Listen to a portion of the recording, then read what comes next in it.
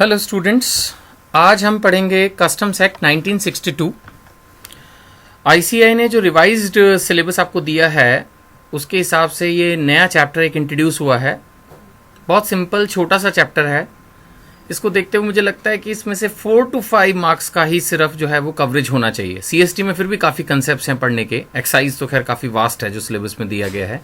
बेशक concept brief में दिए हैं लेकिन एक्साइज में काफ़ी कंसेप्ट हैं।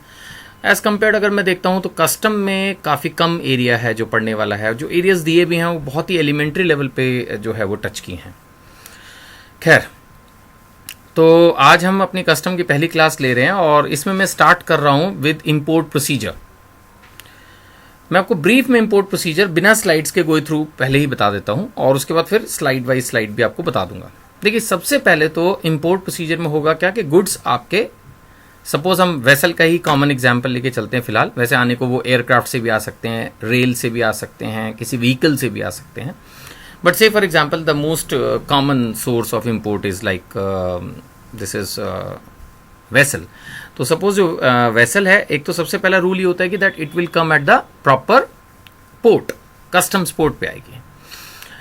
और उसके बाद जो सेकंड इसके अंदर स्टेप आएगा वो आपका आएगा कि आने के बाद वो लोग एक इंपोर्ट मैनिफेस्ट फाइल करेंगे, यानी कि डिटेल्स कि कौन कौन सा सामान आया।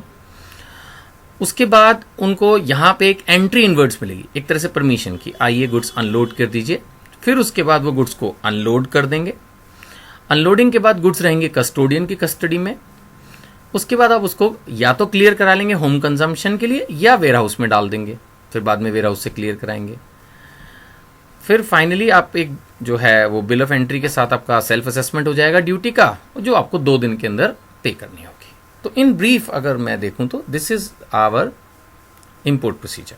अब थोड़ा सा हल्का सा डिटेल में इसको स्टडी करते हैं। सबसे पहले जो भी आपका एयरक्राफ्ट या वेसल इंडिया में आएगा वो ऐसे नहीं कि कहीं भी आ जाए। They have to come at the authorised customs port और customs airport. That is the first requirement. उसके बाद आने के बाद वो एक डॉक्यूमेंट सबमिट करेंगे जिसका नाम है इंपोर्ट मैनिफेस्ट। अगर आप बाय रोड आ रहे हैं, व्हीकल से आ रहे हैं, तो इंपोर्ट रिपोर्ट इसका नाम है। तो इंपोर्ट मैनिफेस्ट में होगा क्या कि आप पूरी गुड्स की डिटेल्स देंगे कि भाई इसमें आपके कौन कौन से गुड्स हैं। All kinds of goods you have to mention. इसमें 3 तरह के गुड्स होंगे आपके जिसकी आपको रिकॉर्ड जिसकी आपको डिटेल्स देनी है। सबसे पहले तो वो गुड्स हो गए जिनको आप अनलोड करना चाहते हैं, that is the like main imported goods. इसके अलावा नंबर 2 पे वो गुड्स हो गए जो कि ट्रांजिटेड गुड्स, यानी कि जो अभी आपकी वेसल में कंटिन्यू करेंगे। और तीसरा है ट्रांसशिप गुड्स। ट्रांसशिप गुड्स का मतलब वो जो उतर के दूसरी वेसल में लोड होंगे कहीं और जाने के लिए। सो आपका जो पहला डॉक्यूमेंट है जिसकी मैं बात कर रहा हूं जो आपको फाइल करना है, दैट इज इंपोर्ट मैनिफेस्ट। वैसे एज पर रूल तो आने के बाद आपको तुरंत फाइल करना है, लेकिन इलेक्ट्रॉनिकली आप इसको आने से पहले भी फाइल कर सकते हैं, इवन बिफोर अराइवल। इस वाली स्लाइड में सिर्फ ये बताया गया है कि अगर आप बाय लैंड आ रहे हैं तो जैसे मैंने कहा था इंपोर्ट रिपोर्ट आपको फाइल करनी है, that you should do with in 12 hours of the arrival, आने के 12 घंटे के अंदर। यानी इसमें अर्लियर इलेक्ट्रॉनिक फाइलिंग का प्रोसीजर नहीं है। खैर, आने के बाद क्या होगा, जैसे कोई मेहमान अगर घर पे घंटी दबाता है तो हम बोलते हैं आइए अंदर आइए। तो उसी तरह से आपको एक प्रॉपर ऑफिसर परमिशन देंगे एंट्री इनवर्ड्स, यानी कि एक बर्थ मिलेगा, एक प्लेस मिलेगा जहां पर जो है वो आपको गुड्स को अनलोड करना है। रिगार्डिंग अनलोडिंग ऑफ गुड्स ये रूल है कि आपको वही गुड्स अनलोड करने हैं ऑब्वियसली जो आपने इंपोर्ट मैनिफेस्ट में लिखे, अप्रूव्ड प्लेस पे करने हैं, in the supervision of officer करने हैं और वर्किंग आवर्स, वर्किंग डेज में ही करने हैं। रात के समय गुड्स नहीं अनलोड करने हैं। जब गुड्स अनलोड हो जाएंगे तो उसके बाद कस्टम्स पोर्ट पे एक अथॉरिटी है जिसका नाम है कस्टोडियन। ये एक तरह से private semi private type entity हो सकती है जो कि कुछ चार्जेस लेके आपके गुड्स को होल्ड करेगी। और इसमें साथ में ये भी जिम्मेदारी होती है कि गुड्स जब उसकी कस्टडी में और अगर वहां से चोरी हो जाते हैं, if there is any pilferage, तो they will be liable to pay customs duty.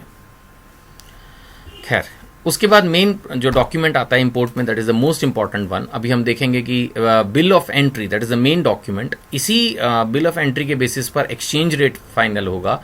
इसी बिल ऑफ एंट्री की डेट के बेसिस पर मेनली जो रेट ऑफ इंपोर्ट ड्यूटी लगना है वो फाइनल होगा। So bill of entry is the main document. देखिए, बिल ऑफ एंट्री को आप समझ लीजिए 3 तरह के हो गए। एक जिसको आज ही आपने क्लियर कराना है, that is bill of entry for home consumption, यानी आप गुड्स को क्लियर कराना चाहते हैं, माल को एक तरह से कस्टम से छुड़ाना चाहते हैं। जो भी इसकी ड्यूटी बनती है वो आप पे कर देंगे और उसके बाद आप बिल ऑफ एंट्री फाइल करके गुड्स को क्लियर करा के ले जाएंगे। दूसरा, अगर आपको भी फिलहाल गुड्स नहीं चाहिए तो आप क्या करेंगे, वेयर हाउस में रखेंगे। उसके लिए चाहिए इनटू बॉन्ड। इसमें डबल ड्यूटी बॉन्ड लगता है ताकि कल को अगर ड्यूटी रेट चेंज हो जाए या कोई और वैल्यूएशन में मेजर चेंजेस आए तो उसके हिसाब से सेफ गार्ड पर्पज के लिए गवर्नमेंट क्या करती है, एक डबल ड्यूटी बॉन्ड भरवा लेती है आपसे, एंड देन बिना पेमेंट ऑफ ड्यूटी के आपके गुड्स जो है वो वेयर हाउस में चले जाते हैं। और जब आपको फाइनली गुड्स की जरूरत होती है तब आप x bond bill of entry file करके अपने गुड्स को क्लियर करा लेते हैं।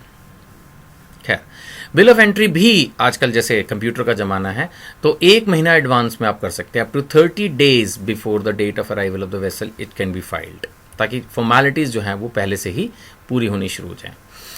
जब आपका बिल ऑफ एंट्री फाइल्ड है, एंट्री इनवर्ट्स आपको मिल गई है, goods in the custody of custodian है, तो आप सेल्फ असेसमेंट करके डॉक्यूमेंट सबमिट कर सकते हैं। एंड उस सेल्फ असेसमेंट के बेसिस पर जो ऑफिसर है वो देख लेगा, अगर सब कुछ ठीक है तो ठीक है, नहीं तो अगर जरूरत पड़ेगी तो रीअसेस कर लेगा आपकी duty, and then he will give you the bill of entry कि भैया इतना पेमेंट आपको ड्यूटी का करना है। Obviously for this purpose valuation of goods has to be done, classification के हिसाब से क्या करेक्ट रेट है वो फाइंड आउट करना होगा।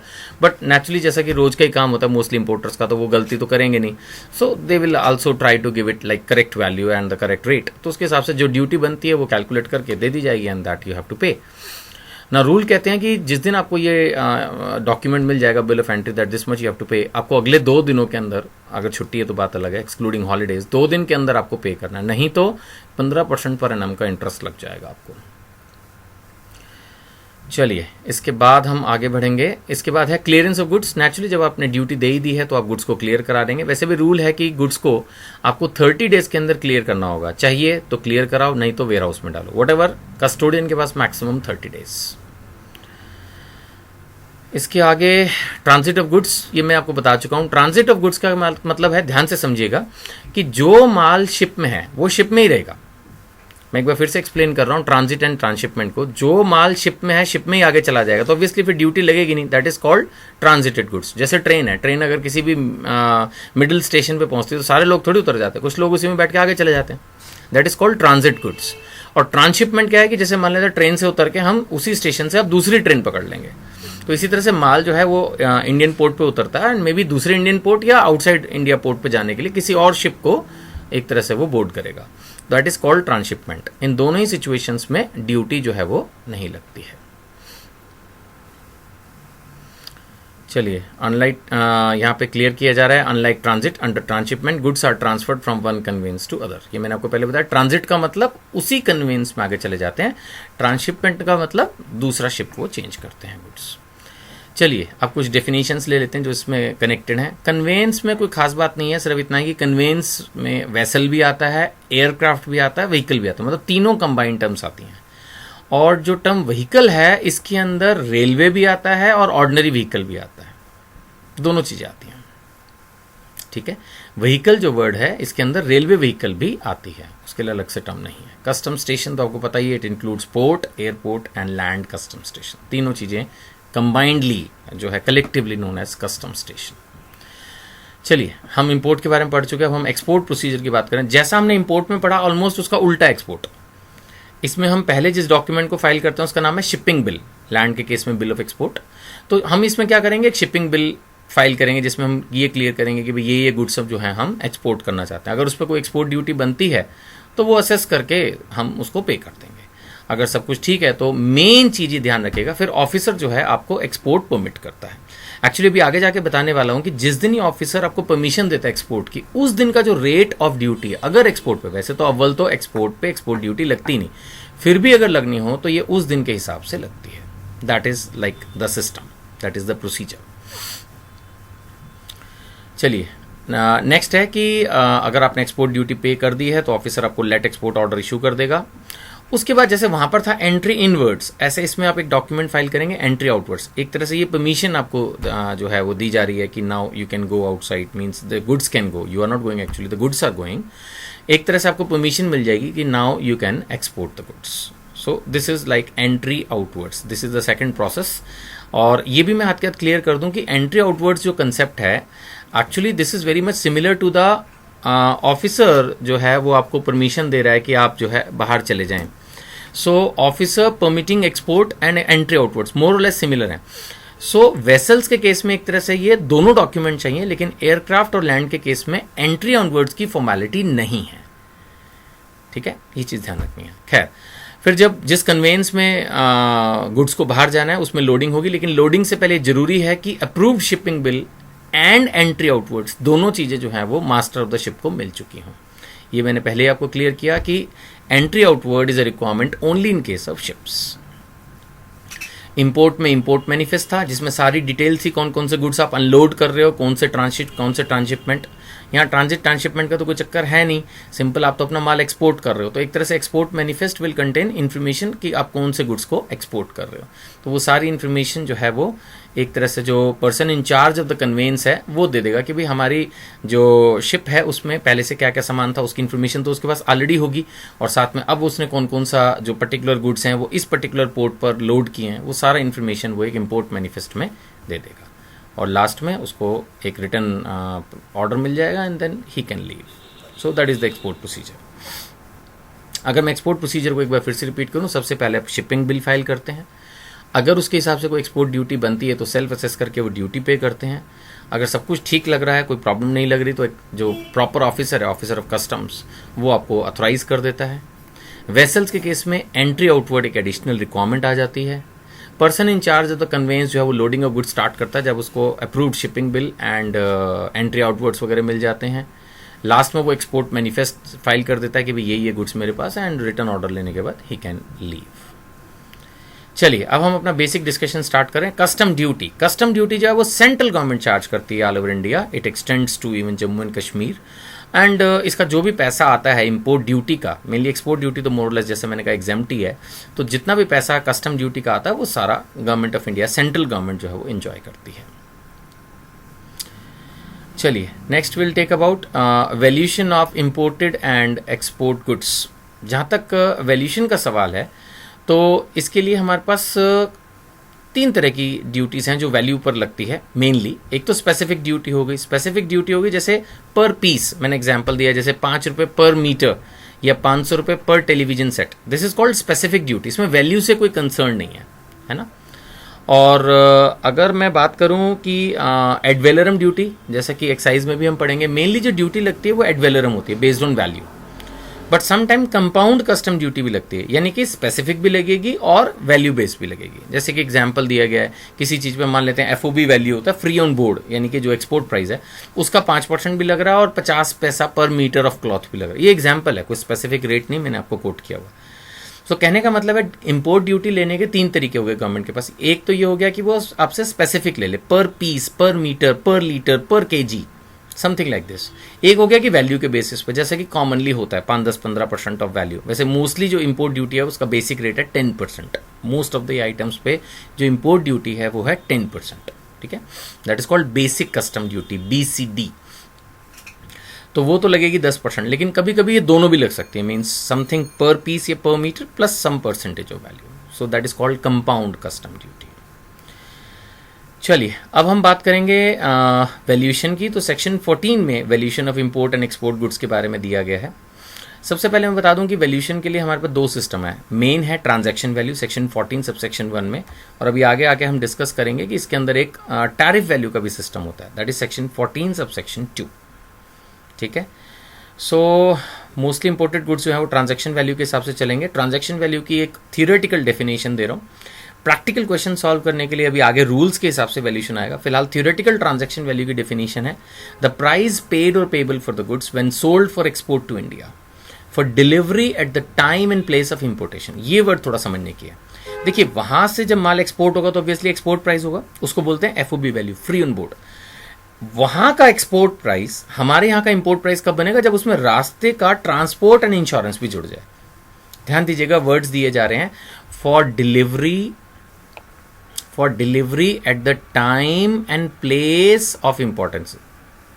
सो time and place of importation हो गया जो इंडियन पोर्ट पे जब आए, यानी वहां का एक्सपोर्ट प्राइस, फिर रास्ते का ट्रांसपोर्ट इंश्योरेंस जुड़ के इसको बोलते हैं CIF, cost insurance and freight. एक तरह से जो FOB प्राइस है वो बन जाता है C, कॉस्ट। इस तरह से ही चलता है।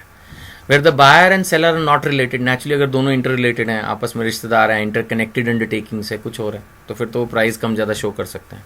And price is the sole consideration for the sale, ये भी है कि प्राइस जो है मतलब और कोई डायरेक्ट इनडायरेक्ट बेनिफिट आपको जो है वो नहीं मिलने चाहिए। नाउ आगे बताया जा रहा है subject to such other conditions as may be specified in the valuation rules. Definition पे ही अगर मैं चलूँ तो ट्रांजैक्शन वैल्यू में इंक्लूड होगा कमीशन ब्रोकरेज अगर आपने कोई पे किया है, engineering charges, design work charges, royalties, packing and obviously जैसा मैंने कहा कि जो फाइनली असेसिबल वैल्यू आएगी उसमें ट्रांसपोर्टेशन, इंश्योरेंस एंड इंडिया में आके जो unloading and handling of goods है वो भी इंक्लूड होगा। चलिए, ये तो हुई एक you can say legal sort of definition. अब मैं आपको थोड़ा सा प्रैक्टिकल बताता हूँ कि वैल्यूएशन रूल्स में इसको कैसे बताया गया। ये इंपॉर्टेंट है और इसको आप ध्यान से समझिएगा कि सबसे पहले तो वहाँ का एक्सपोर्ट प्राइस लेना है। जो एक्चुअली अगर सपोज मैं इंपोर्टर हूँ तो किसी ने एक्सपोर्ट भी तो किया होगा, उस एक्सपोर्टर ने मुझसे क्या पैसा चार्ज किया, actually that is the transaction value. लेकिन ट्रांजैक्शन वैल्यू पहुँचने के लिए, असेसिबल वैल्यू पहुँचने के लिए हम इसमें कुछ एडिशंस करते हैं। सो वो एक्सपोर्ट प्राइस को हम बेस लेते हैं विच इज़ एफओबी वैल्यू, और उसके बाद हम इसमें ऐड करते हैं ट्रांसपोर्टेशन कॉस्ट। रास्ते का जो भी हमारा फ्रेट लगा वो इसमें हम ऐड करते हैं। याद रखिएगा इसमें दो चीज़ें और ऐड करते हैं जैसा कि आप स्लाइड में देख पा रहे होंगे। एक डेमरेज चार्जेस। डेमरेज चार्जेस क्या होता है, जैसे शिपिंग कंपनी ने कुछ रूल्स बनाए होंगे कि आप इतने पीरियड में अपने गुड्स को ले लेंगे, यहाँ स्टोर करेंगे एंड ऑल दैट। सपोज मैंने कोई भी उनकी रिक्वायरमेंट या कंडीशन को फुलफिल नहीं किया, मान लेता डिले हो गई गुड्स की रिकवरीज में, डिलीवरी लेने में, तो they will charge me demurrage charges. उसको भी क्योंकि नॉर्मल है, देर से फिर बिजनेस है, हो ही जाता है, तो इसलिए इसको भी ट्रांसपोर्ट कॉस्ट का पार्ट माना गया है। इसके अलावा है बार्ज चार्जेस। बार्ज क्या होता है, छोटी बोट्स होती हैं। समटाइम गुड्स जो शिप है वो पूरा प्रॉपर पोर्ट तक नहीं आ पाता। Suppose it is somewhere like 100-200-500 meter दूर है लैंड से, तो फिर छोटी जो बोट्स हैं वो काम करती हैं अनलोडिंग लोडिंग का, तो उसमें ना जो उनको कहते हैं बार्ज, उसके चार्जेस देने पड़ते हैं, that is called barge charges. तो वो भी ट्रांसपोर्टेशन कॉस्ट का पार्ट है। लेकिन यहाँ पर थोड़ा ध्यान से समझना ये है कि अगर गुड्स बाय एयर आपने इंपोर्ट किए हैं तो जो रास्ते की ट्रांसपोर्टेशन, डेमरेज, बार्ज वगैरह इस सब जोड़ जाड़ के जो आएगा टोटल, वैसे उसमें तो बार्ज चार्जेस होंगे नहीं, बट जो भी जो भी आपकी ट्रांसपोर्टेशन कॉस्ट है वो मैक्सिमम 20% तक हम ऐड करेंगे। यानी मिनिमम नहीं है, मैक्सिमम है। यानी अगर आपके actual air freight less than 20% है तो वो ले लेंगे एक्चुअल फिगर, अगर मोर देन 20% है तो विल टेक 20%। एक एग्जाम्पल लेता हूँ। सपोज आपने माल इंपोर्ट किया 1 लाख का, अगर बाय शिप किया है तो ट्रांसपोर्ट चार्जेस चाहे 20% से कम हो या ज़्यादा, सारा जोड़ दो। अगर बाय एयर आपने किया है तो 1 लाख के माल में अगर 20,000 से कम है आपका एयर फ्रेट तो वो फिगर ले लो, ज़्यादा है तो मैक्सिमम 20,000 जोड़ लो। आई होप समझ में आ गया होगा। और लास्ट में भी लिखा है कि अगर किसी वजह से आपने जो आइटम इंपोर्ट किया उसका फ्रेट अलग से असर्टेनेबल नहीं है, मतलब डिसाइड नहीं कर पा रहे, इजीली कैलकुलेट नहीं कर पा रहे, तो फिर एक स्टैंडर्ड एडिशन हो जाएगा, that is 20% of FOB value. बिल्कुल इसी स्टाइल से इंश्योरेंस की एक्चुअल कॉस्ट ऐड करी जाएगी। लेकिन अगर इंश्योरेंस कॉस्ट नहीं मालूम है तो ध्यान दीजिएगा, it is 1.125% of FOB value. अगर ऐसा होता है तो 1.125% ऑफ एफओबी वैल्यू आपने ऐड कर देनी है। और ये तीनों चीजें जोड़ के, कौन सी, एफओबी प्राइस जो बन जाएगा सी, कॉस्ट, रास्ते का इंश्योरेंस एंड फ्रेट, ये तीनों चीजें जोड़ के बन जाएगा CIF। और लास्ट में एक स्टैंडर्ड एडिशन है, ध्यान दीजिएगा मैं क्या वर्ड यूज कर रहा हूं, स्टैंडर्ड एडिशन। 1% CIF का जोड़ना ही जोड़ना है for landing, loading and unloading charges. Actual खर्चे इग्नोर करना है, चाहे वो निल भी क्यों ना हो। मान लेते कोई आइटम बहुत छोटी सी है, जैसे मैंने एग्जाम्पल भी लिया इसको पढ़ाते वक्त स्टूडेंट्स को अभी फेस टू फेस क्लास में, कि जैसे मान लेते कोई डायमंड्स हैं, वो छोटा सा है, वो अपने हाथ में आप ले आए, तो there is no unloading charges as such, but still there is a rule कि आपने 1% स्टैंडर्ड एडिशन करना है। जो भी CIF वैल्यू उसमें 1% आपने स्टैंडर्ड एडिशन जो है वो करना है, and then you will be at assessable value, जिसके ऊपर आपकी ड्यूटी जो है वो कैलकुलेट होगी। चलिए, जहाँ तक एक्सपोर्ट गुड्स का सवाल है, इसको मैं क्विकली पढ़ देता हूँ। इसकी डेफिनेशन भी इंपोर्ट गुड्स जैसी ही है। ट्रांजैक्शन वैल्यू जो होगी वो होगा प्राइस एक्चुअली पेड और payable for the goods when sold for export from India naturally.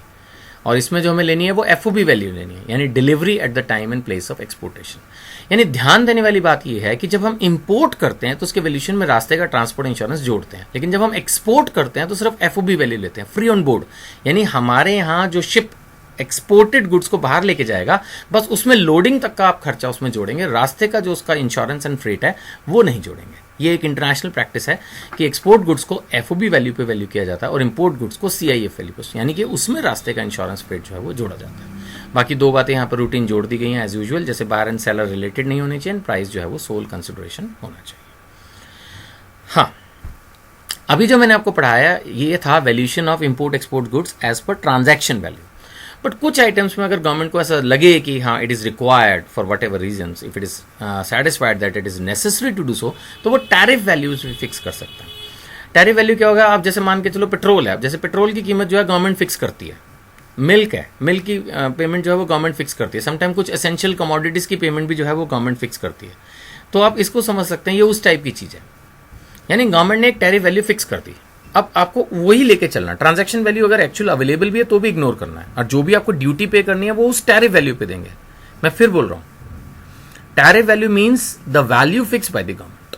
हर चीज़ पे नहीं करती है गवर्नमेंट ऐसा, ये आइटम रटनी है बाकायदा आपको कि ये कुछ आइटम्स हैं जिनके ऊपर टैरिफ वैल्यूज फिक्स्ड हैं। Crude palm oil, crude palm olive, crude soyabean oil, brass scrap and poppy seeds, यानी ये ऑयल और सीड्स इस तरह की कुछ चीज़ों पर सिर्फ गवर्नमेंट ने टैरिफ वैल्यूज फिक्स किए हैं, बाकी रूटीन में all other items are outside this.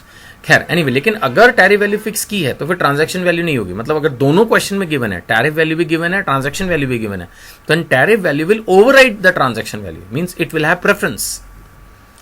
I repeat, अगर क्वेश्चन में टैरिफ वैल्यू गिवन है तो आपने टैरिफ वैल्यू लेके चलना है, आपने ट्रांजैक्शन वैल्यू लेके नहीं चलना।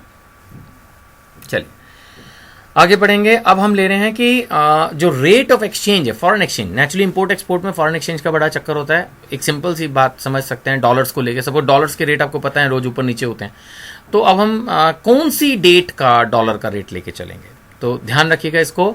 In case of imported goods, ये वेरी वेरी इंपॉर्टेंट है, ध्यान रखिएगा, इसके ऊपर क्वेश्चन आने के बहुत हाई चांसेस हैं कि in case of imported goods ये होगी जो बिल ऑफ एंट्री आपने फाइल किया है वो डेट, जिस दिन आपने बिल ऑफ एंट्री फाइल किया है, और एक्सपोर्ट केस में जिस दिन आपने शिपिंग बिल फाइल किया। मैंने आपको पहले बोला था ये दो डॉक्यूमेंट मेन है, जिस दिन आपने शिपिंग बिल फाइल किया उस दिन एक्सपोर्ट के लिए, और जिस दिन बिल ऑफ एंट्री फाइल किया उस दिन का जो फॉरेन एक्सचेंज का रेट है, और वो भी कौन, रेट तो आरबीआई भी देती है, रेट बैंक्स के भी होते हैं, अपने को लेना है rate central board of excise and custom, CBEC ने जो रेट दिया है वो वाला रेट आपने लेके चलना है। चलिए अब आ जाते हैं कि भाई जो रेट ऑफ ड्यूटी है वो कौन सा लेना है। तो अगर आप गुड्स होम क्लियरेंस के लिए क्लियर करा रहे हैं तो जिस दिन आपने बिल ऑफ एंट्री फाइल किया, और जिस दिन वेयर हाउस से क्लियर करा रहे हैं उस दिन भी जिस दिन आपने bill of entry for home consumption warehousing से चार्ज किया।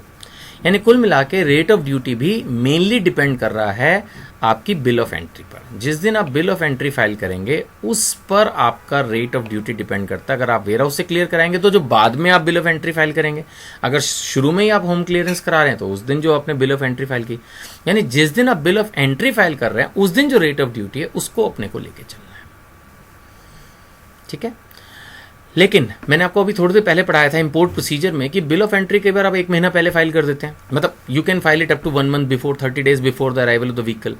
तब इस सिचुएशन में आपको क्या लेना है, बिल ऑफ एंट्री और entry inwards whichever is late. ध्यान दीजिएगा, बिल ऑफ एंट्री और entry inward whichever is later, जो बाद में पड़े। मतलब एक एग्जाम्पल लेते हैं, सपोज आपकी जो वेसल है वो आई 15 अक्टूबर को, तो 15 अक्टूबर का जो रेट ऑफ ड्यूटी है वो लगेगा। लेकिन सपोज आपने बिल ऑफ एंट्री पहले ही फाइल कर दिया था तो फिर काफी चांसेस है कि आपको एंट्री इनवर्ड 15 अक्टूबर को मिलेगा, तो फिर 15 अक्टूबर का रेट माना जाएगा। यानी कुल घुमा फिरा के बात वही बन रही है कि जब आप एंटर करोगे इंडिया में तब उस दिन का जो रेट ऑफ ड्यूटी है वो आपको लगना है। ठीक है, वो बात लगे कि वेयर हाउसिंग के केस में जो है इसमें जब आप बिल ऑफ एंट्री दोबारा से फाइल करोगे तब उसका जो रेट है वो एप्लीकेबल इसमें होगा। वेयर हाउसिंग में तो फिर जो डिलेड वाला रेट है वो लगेगा। जहां तक एक्सपोर्ट का सवाल है, इसमें उस दिन का रेट लगेगा जिस दिन ऑफिसर ने आपको परमिशन दी कि हाँ जी आप माल अपना एक्सपोर्ट कर सकते हो। It will be that date. ठीक है, मैं फिर से रिपीट कर रहा हूं, जिस दिन ऑफिसर ने परमिशन दे दी है कि हाँ आप अपना माल एक्सपोर्ट कर लो, उस दिन का जो रेट है वो आपके ऊपर अप्लाई होगा।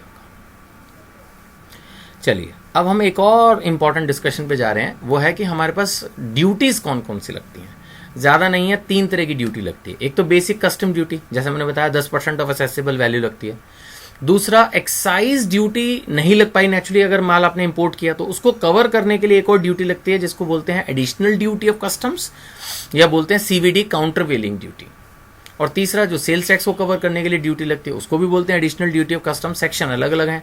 एक्साइज ड्यूटी वाला जो है वो है additional duty of custom section 3 subsection 1, और जो सेल्स टैक्स वाला है वो है additional duty under section 3 subsection 5। ऐसा स्टडी मॉड्यूल यूज कर रहा है, बट जो ज़्यादा पॉपुलर बुक्स हैं वो यूज करती हैं जो एक्साइज ड्यूटी कवर करने के लिए ड्यूटी, उसको नाम दिया CVD काउंटर वेलिंग ड्यूटी, और जो सेल्स टैक्स को कवर करने के लिए नाम दिया वो दिया स्पेशल एडिशनल ड्यूटी SAD। अगर स्टूडेंट्स कंफ्यूज हो रहे हो ये सोच के कि काफ़ी तरह का कंटेंट जो है वो आ रहा है बार बार, तो मेरी रिक्वेस्ट है कि वो एक बार इन वीडियो को दोबारा जरूर देखें, और फिर भी अगर डाउट है तो जैसा नीचे आप दिए नंबर्स पर, जो लास्ट नंबर है ये मेरा पर्सनल नंबर है 9810139214, कोई भी डाउट होता तो आप मुझे व्हाट्सएप कर सकते हैं, आई विल री एक्सप्लेन, कोई प्रॉब्लम नहीं है। ज़रूरत पड़ेगा तो मैं खुद कॉल बैक करके आपसे बात भी कर लूँगा। वैसे मोस्टली आपको क्लियर हो जाएगा। मेरी यही सजेशन है कि अगर कोई चीज़ डिफिकल्ट लग रही हो तो आप वीडियो को दोबारा देख लें। तो यहाँ पर मैं जैसे बता रहा था कि जो टाइप्स ऑफ ड्यूटीज में जो सबसे पहली हमारी ड्यूटी है that is simple BCD basic custom duty which is 10%। ये या तो ट्रांजैक्शन वैल्यू पे लगती है, और अगर टैरिफ वैल्यू की बने अगर तो टैरिफ वैल्यू पर लगती है। चलिए आगे बढ़ रहा हूँ। जहाँ तक है CVD, ये एक्साइज ड्यूटी को कवर अप करने के लिए लगती है।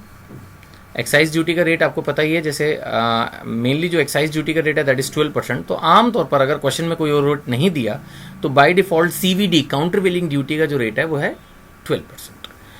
एल्कोहलिक लिकर जो है वो स्टेट सब्जेक्ट है, इसलिए अगर आपने एल्कोहलिक लिकर इंपोर्ट किए तो उस पर ये CVD कह लो, एक्साइज ड्यूटी कह लो, वो नहीं लगती। एक छोटा सा पैराग्राफ इसमें नीचे नजर आ रहा होगा, शायद आपको रीड करने में इसको दिक्कत आ रही होगी, तो प्लीज इसके लिए आप असाइनमेंट रेफर कीजिए। एक्चुअली असाइनमेंट से ही एज इट इज PPT बनाई गई है।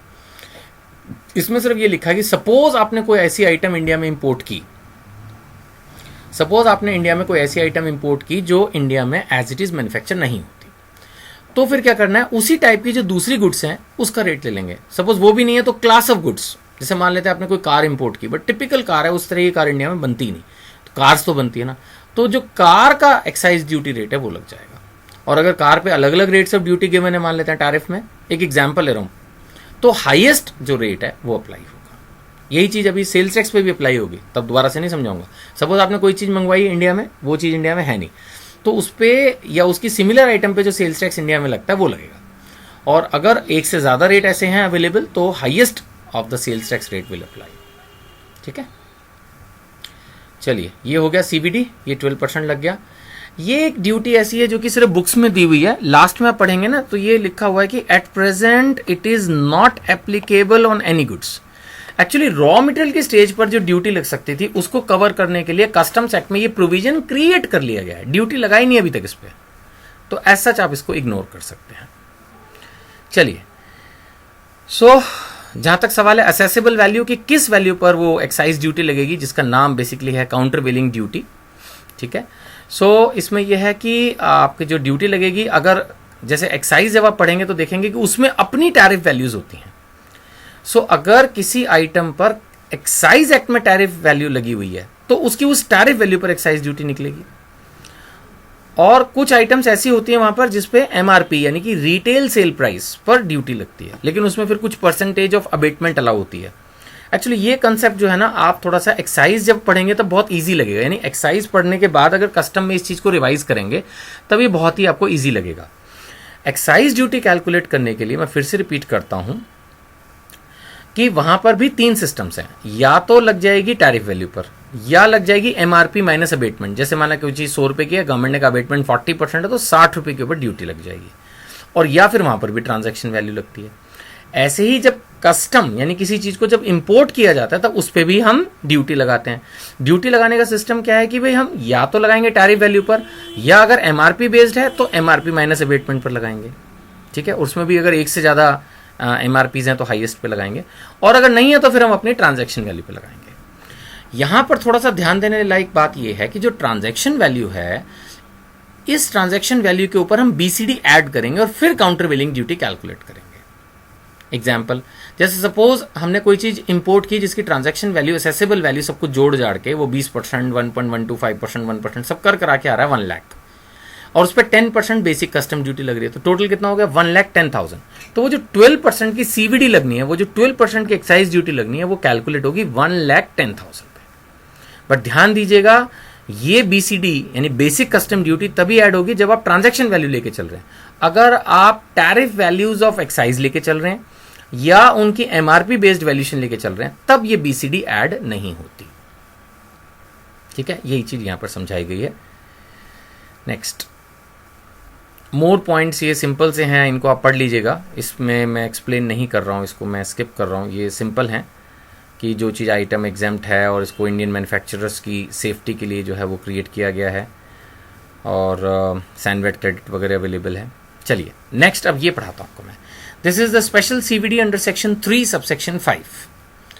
जहाँ तक इसका सवाल है, ये लगती है सेल्स टैक्स को कवर करने के लिए। जैसे कोई आइटम अगर इंडिया में बनती है और बिकती तो सेल्स टैक्स मिलता है गवर्नमेंट को, तो जब कोई आइटम इंपोर्ट की जाती है तो उस पर सेल्स टैक्स भी लेते हैं। वो बात अलग है कि सेल्स टैक्स जो है वो मैक्सिमम 4% तक ही इसमें फिक्स किया गया है। लोकल रेट तो आपको पता है कई चीज़ों का ज़्यादा भी होता है, लेकिन इसमें हम कोई भी चीज़ इंपोर्ट करें तो मैक्सिमम 4% जो है वो लगे। यानी क्वेश्चन में अगर दिया हो तो ठीक है, नहीं तो बाय डिफॉल्ट ये जो आपकी SAD है, special additional duty, section 3 subsection 5 the custom tariff act की, तो ये मैक्सिमम 4% आपने बाय डिफॉल्ट लेके चलनी है।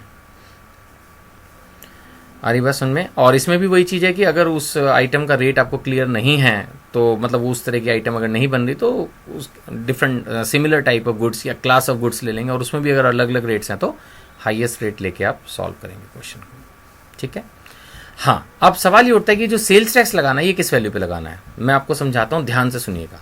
सपोज आपने कोई चीज़ इंपोर्ट की जिसकी असेसेबल वैल्यू 1 लाख। सबसे पहले तो क्या करना है, 10% बेसिक कस्टम ड्यूटी लगानी है बाय डिफॉल्ट, अगर क्वेश्चन में कोई और रेट नहीं दिया तो। सो 1 लाख पे 10% आपकी ड्यूटी जुड़ गई। ठीक है, आप इसको स्क्रीन पे भी देखते हुए चल सकते हैं। सबसे पहले तो आपने जोड़ना है असेसेबल वैल्यू में बेसिक कस्टम ड्यूटी। मैं अपना एग्जांपल लेके चल रहा हूँ, 1 लाख उसमें 10,000 जुड़ गया। फिर आपने निकालनी है excise duty, CVD, counter wheeling duty. ये किस पे लगनी है, ये 1,10,000 का 12%, जो भी आ गया फिगर। फिर उसके बाद लगना है education cess, secondary higher education cess. आपको पता है एजुकेशन सेस 2% होता है, हायर एजुकेशन सेस 1% होता है। ये 3% किस पे लगना है, ध्यान से सुनिएगा। ये 3% लगेगा BCD प्लस CVD पे, यानी बेसिक कस्टम ड्यूटी पे और एक्साइज ड्यूटी पे। और लास्ट में सारा जोड़ के, यानी assessable value plus basic duty plus excise duty plus education cess, higher education, सारा जोड़ के जो वैल्यू आ रही है उस पे 4% जो है लास्ट में सेल्स टैक्स लगता है, या जिसको कह दें आप SAD या additional duty of customs under section 3 subsection 5। इसमें एक इंपॉर्टेंट बात है, जो बाकी तो छोटे मोटे पॉइंट्स है, मेन ये है कि अगर आप MRP बेसिस पे चल रहे हैं, जहां पर आपने एक्साइज ड्यूटी यानी CVD जो है वो MRP पे ली है, तो उसमें ऑलरेडी सारे टैक्स जुड़ गए हैं, तो सेल्स टैक्स को जो है अलग से फिर नहीं जोड़ा जाता। फिर से बोलता हूं, अगर किसी क्वेश्चन में CVD कैलकुलेट करते वक्त आपने MRP को लिया था, यानी MRP बेस्ड आपने CVD कैलकुलेट की थी, तो उस क्वेश्चन में ये जो 4% वाला सेल्स टैक्स ड्यूटी है ये नहीं लगेगी। आई होप समझ में आ गया होगा। एजुकेशन सेस मैंने आपको पहले बता दिया, 2% जो है वो लगेगा BCD प्लस CVD पे। इसी तरह से SHEC हायर एजुकेशन सेस जो लगता है ये 1% लगेगा BCD प्लस CVD पे। यही स्टेप्स जो हैं वो लास्ट में फिर से आपको दिखाए गए हैं एक कैलकुलेशन करके। स्टडी मॉड्यूल के अंदर एक इसके ऊपर बड़ा अच्छा क्वेश्चन जो है वो एग्जाम्पल की फॉर्म में दिया हुआ है। मेरी आप सभी स्टूडेंट्स को सजेशन है कि उसको जरूर ध्यान से देखें।